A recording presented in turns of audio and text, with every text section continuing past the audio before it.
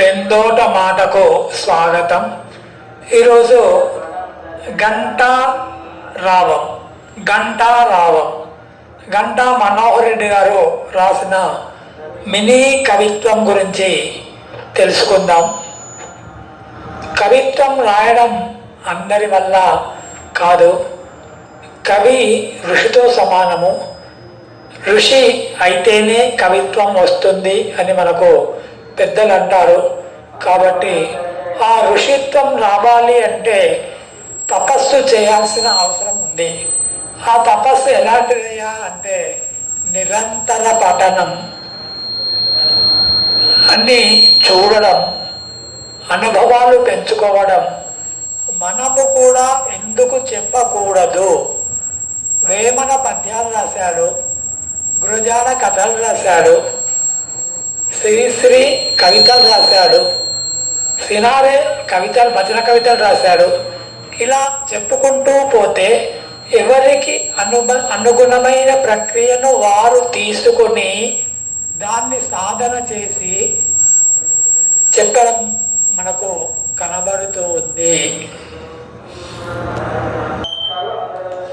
ఘంటారావానికి ముందు మాట రాసినవారు ఏనుగు నరసింహారెడ్డి గారు.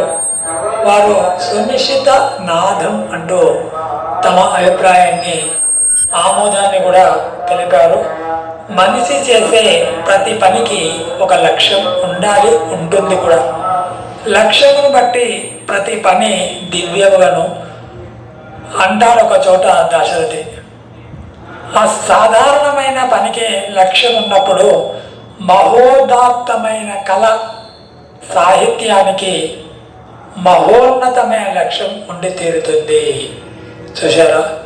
ఏనుగు నరసింహారెడ్డి గారి అనుభవంలో ఎలా మనకిక్కడ అరటి పండు ఒలిచి నోట్లో పెట్టినట్టుగా సాహిత్యం ఎలా ఉండాలి అనేది మనకు దాశరథి చెప్పిన మాటలు, అలాగే ఇతని సార్ మాటలు మనం కూడా విని మనకంటూ ఒక లక్ష్యాన్ని పెట్టుకుంటే సాధించలేనిది ఏది లేదు. ముద్దార నేర్పించగా సాధ్యం కాని ఏది లేదు. నేర్పించాలి అంటే ఎవరో చిన్న బాల్యంలో అన్ని నేర్చుకుంటాము. ఆ నేర్చుకున్నది తర్వాత సాధనలో పెట్టినట్టయితే మనకు ఫోనులో ప్రేమ పొంగుతోంది.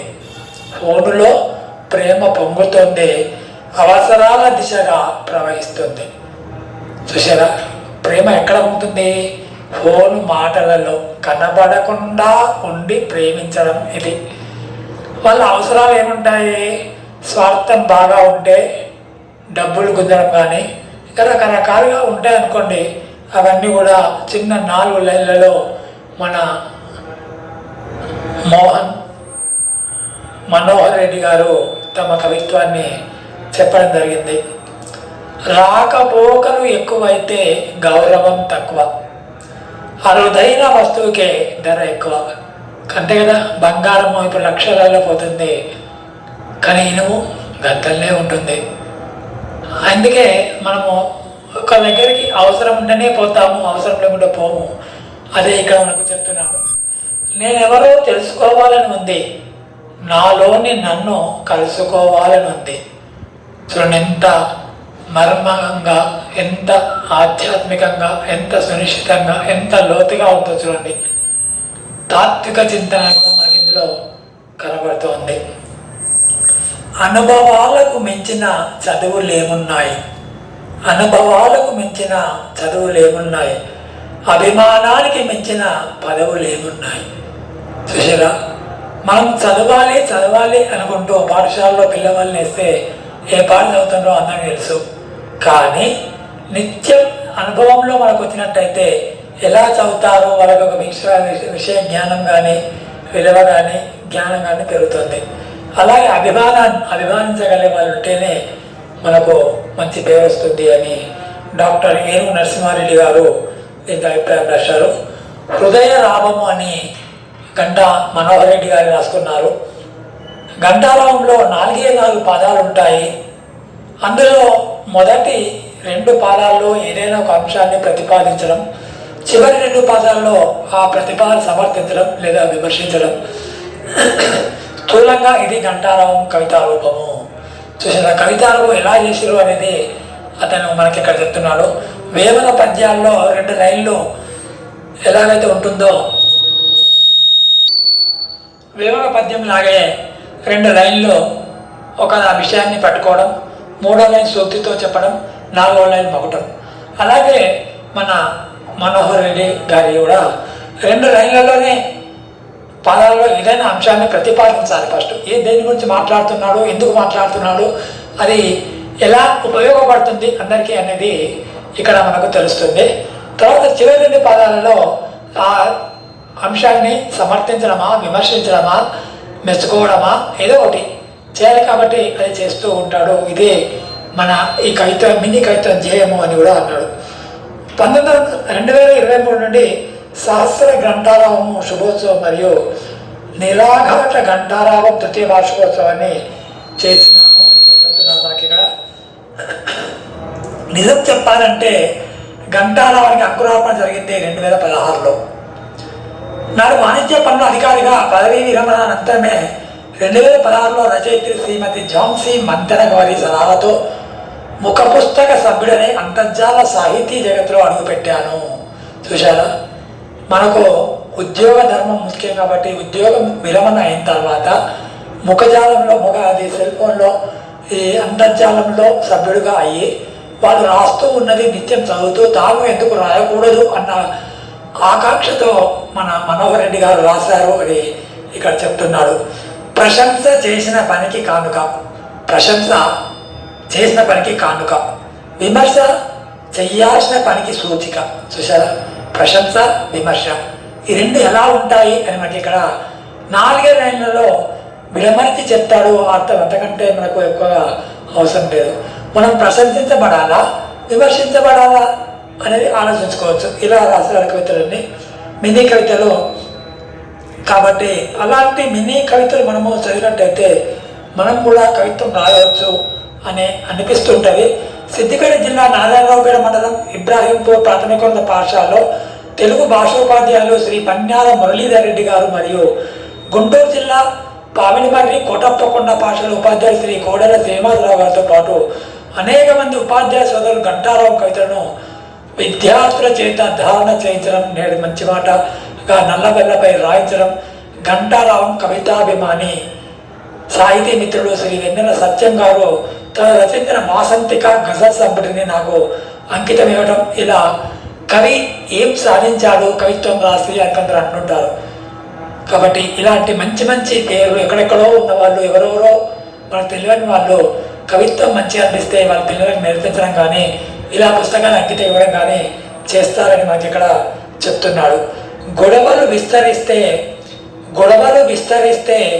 గోడలు అవుతాయి, విస్మరిస్తే గాలి బుడిగలు అవుతాయి. చూసారా, గొడవలు అవ్వడం తప్పదు, అవుతూ ఉంటాయి. వాటిని గోడలుగా నిర్మించుకోకుండా విస్మరిస్తే సరిపోతుంది అని శివప్రంగా మనకి ఇక్కడ చెప్పాడు. ఇలాంటి మినీ కవితలు ఇందులో చాలా ఉన్నాయి. అవన్నీ కూడా మనము చదివినట్టయితే మినీ కవిత కాబట్టి ఎప్పుడోసారి టైం పెట్టినప్పుడు కానీ మనము చదవడం చాలా బాగుంటుంది అనేది. నిరంతర సాహిత్య సాంస్కృతిక విజ్ఞాన వినోద కార్యక్రమాలు మాకు మాక్ అసెంబ్లీ, మాక్ పార్లమెంట్ నిర్వహణ ప్రధాన సంపాదకత్వంలో సమైక్య భారతి వార్షిక సంచికల ఆవిష్కరణము, శ్రీ పులికొండ సుబ్బాచారి గారిచే అష్టావధాన నిర్వహణ, 1985 తదితర వినూత్న వైవిధ్య కార్యక్రమాలను విజయవంతంగా నిర్వహించడం, నాటి ప్రధానోపాధ్యాయులు కృషిశేషులు అన్నయ్య గారి విఠల్ రెడ్డి, సహచర ఉపాధ్యాయులు, విద్యార్థులు, గ్రామ ప్రజలు ప్రోత్సాహము చిరస్మరణీయము అని అంటాడు. ఇలా తన అభిప్రాయంలో అతను చెప్పుకున్నాడు. మరి కవిత్వం చదివినట్టయితే ఎలా ఉంటుంది అని మనకు ఈ పుస్తకంలో తెలుస్తుంటుంది. కొన్ని కవితలు చూద్దాం మనం. పాలు పెరగవ్వటానికి తోడుంటే చాలు, పాలు పెరగవ్వడానికి తోడుంటే చాలు, కుచేలుడు పెరగడానికి కృష్ణుడి తోడు చాలు, కృష్ణుడి తోడు చాలు. చూసారా, కుచేలుడు అంటే ఇక్కడ ఒక స్నేహితునిగా కాకుండా పేదవాళ్ళు అనుకుందాం, మంచి రాజుతో స్నేహం చేసినట్టయితే, మంచి మనసున్న వాళ్ళతో చేసినట్టయితే, మంచి ఉపాధి కల్పించే వాళ్ళతో చేసినట్టయితే వారు ధనవంతులు కావడానికి, వారి సమస్యలు తీర్పడానికి ఇక్కడ మనకు కనబడుతుంది. పాలు పెరుగు కావాలి అనుకున్నప్పుడు తోడు కంపల్సరీ కలపాల్సిందే. ఇది మనకు తెలుస్తుంది. పని చేయడం ఆపితే ప్రతిభకు పాచి పడుతుంది. చూసారా, పాచి పడుతుంది, మనకు పాకురు పడుతుంది అంటుంటాం నీళ్ళకాడ.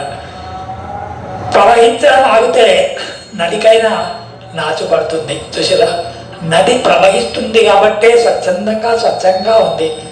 అదే చెరువులో చూసినట్టయితే రాళ్ళన్నీ పాకురు బట్టి ఉంటాయి. కాబట్టి మనిషి ఎలా ఉండాలి అనేది దీన్ని బట్టి మనము తెలుసుకోవచ్చు. ఇలా దుఃఖంలో సుఖాన్ని శోధించాలి, సుఖంలో దుఃఖాన్ని స్మరించాలి. పరుల ప్రశంసల కోసము పరితపించకు, నీ నిజ రూపం నీకే తెలుసని మరవకు. మనం నిజమేందో మనకేందో మనకు తెలుసు. కాబట్టి అలాంటివి ఎన్నో ఉంటాయి. ప్రతిభకు పదవి పెడితేనే పరుగుల పందెంలో అదలం, సోమరితన మావహిస్తే సుప్త చేతవ శరణ్యం. చూసేవా, పనిని ఆపడం మంచిది కాదు. కసి తీర్చుకుంటావా, మసి పూసుకుంటావా? కసి తీర్చుకోవాలంటే మసి పూసుకోవాల్సిందే అని కనుక చెప్పకుండా చేస్తాను. విజయం సాధించగానే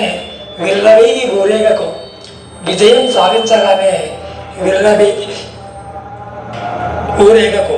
జూదంలో గెలిచిన కౌరవులను మరవకు.